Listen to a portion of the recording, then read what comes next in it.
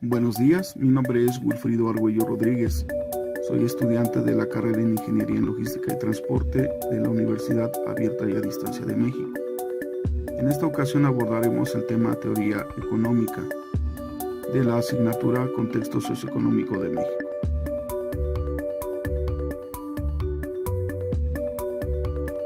Una teoría económica está directamente ligada a un espacio y época específicos del desarrollo económico de la sociedad. Esta nos puede indicar cuáles son los principales componentes de un sistema económico, cómo se relacionan y cuál es su dinámica de interrelación. La economía actual se puede comprender mediante dos grandes teorías económicas, la macroeconomía y la microeconomía.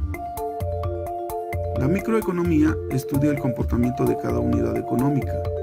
Pueden ser individuos, familias, empresas, mercados. Esto lo hace basándose en estudios y análisis de sus interrelaciones para así poder explicar su comportamiento. La microeconomía estudia factores como oferta y los índices de precios. La macroeconomía se encarga de estudiar a la economía de un país de manera global, por lo que la macroeconomía y la microeconomía se relacionan estrechamente, ya que la macroeconomía basa sus decisiones acordes a los resultados que se obtienen del comportamiento comercial de los individuos, es decir, de la microeconomía.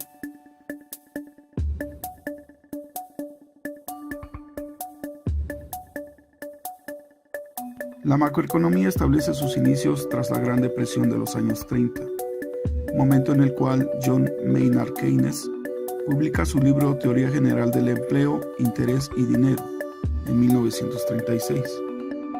Jahan en 2014 menciona que el principal postulado de la teoría de Keynes es que la demanda agregada, que es la sumatoria del gasto de los hogares, más las empresas y el gobierno, es el motor más importante de una economía. Keynes sostenía asimismo que el libre mercado carece de mecanismos de autoequilibrio que lleven al pleno empleo. Los economistas keynesianos justifican la intervención del Estado mediante políticas públicas orientadas a lograr el pleno empleo y la estabilidad de precios.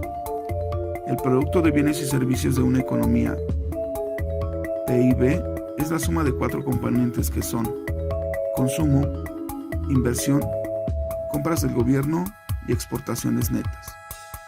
Cualquier aumento de la demanda tiene que provenir de uno de estos cuatro componentes. Lo que distingue a los keynesianos de otros economistas es su creencia en las políticas intervencionistas para reducir la amplitud del ciclo económico, que colocan entre otros los más importantes de todos los problemas económicos. Si se han de destacar tres ideas que describan la obra de Keynes, podrían ser las siguientes. Pensaba que la política económica era la herramienta clave para sacar a un país de la crisis. Su idea era que los gobiernos debían tratar de estimular la demanda que había en la economía. La mejor manera de estimular la demanda sería utilizar la política fiscal, el déficit público. Por lo anterior, se deduce que la teoría keynesiana es el antecedente más próximo a la macroeconomía.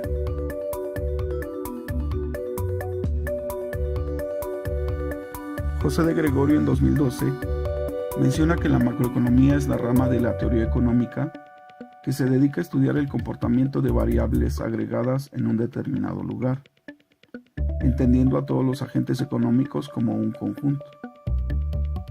Los agregados económicos son el resultado total de lo que han hecho los agentes económicos, es decir, individuos y familias con las empresas.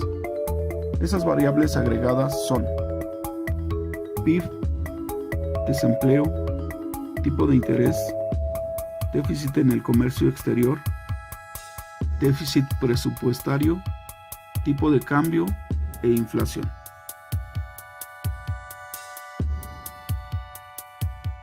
PIB. El Producto Interno Bruto de una economía es el valor de todas las mercancías finales producidas y remuneradas legalmente en el interior de esa economía durante un periodo de tiempo. Existen varias formas de calcular el PIB. El método del gasto consiste en sumar todos los gastos finales o demanda agregada de los distintos agentes de la economía. Es decir, que el PIB es igual a la suma del consumo de los hogares e instituciones sin fines de lucro, más la inversión de las empresas y familias, más el gasto en consumo final del sector público, más el valor de exportaciones netas, y a esto sumamos el valor de las importaciones.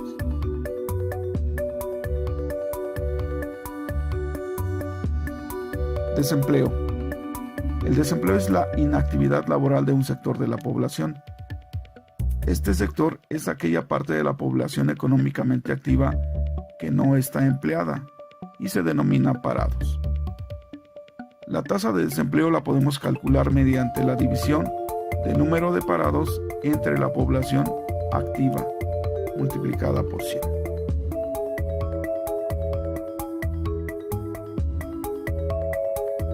Inflación. La inflación es el aumento generalizado en los precios de los bienes y servicios de una economía durante un periodo de tiempo. Significa que los precios de los productos sean inflados de manera sostenida, provocando la pérdida del poder adquisitivo de la población. Existen 3 tipos de inflación. Inflación moderada es la que se refiere al incremento de forma lenta de los precios.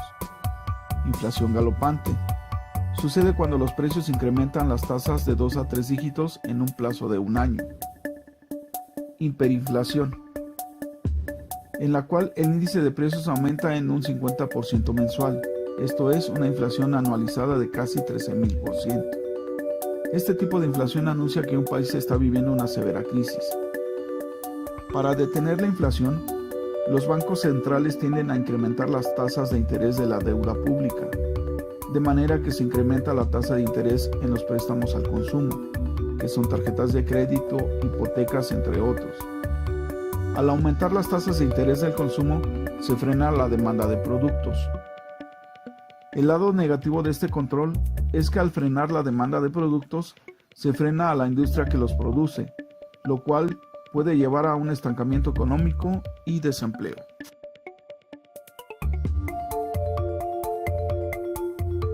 Tipo de interés. El tipo de interés o tasa de interés es el precio a pagar por utilizar una cantidad de dinero durante un tiempo determinado. Su valor indica el porcentaje de interés que se debe de pagar como contraprestación por utilizar una cantidad determinada de dinero en una operación financiera. Igual que los bienes y servicios, tiene un precio que debemos pagar para poder adquirirlos. Su uso tiene un determinado precio que se mide en porcentaje sobre un principal y generalmente se expresa en términos anuales y porcentuales. Por ello se conoce al tipo de interés como el precio del dinero.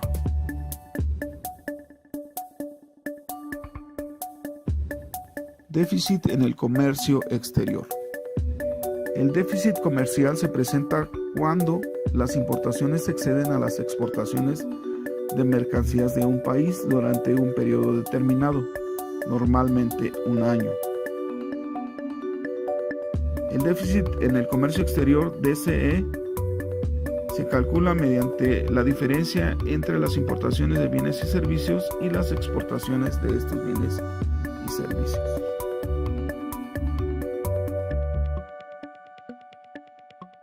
Déficit presupuestario.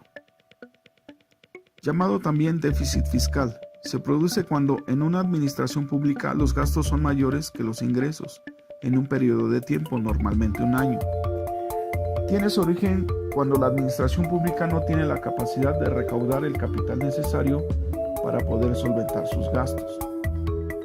Esto trae algunas consecuencias, como puede ser la falta de liquidez y necesidad de financiación de los gastos presupuestarios mediante deuda. También el déficit fiscal produce demora en los pagos y en ocasiones, si la diferencia entre ingresos y gastos es grande, una administración puede ir a la quiebra. Es el caso de Grecia y Portugal con la crisis del 2008, donde el Estado no fue capaz de financiar sus gastos por sí mismo, recurriendo a financiación del exterior, rescate.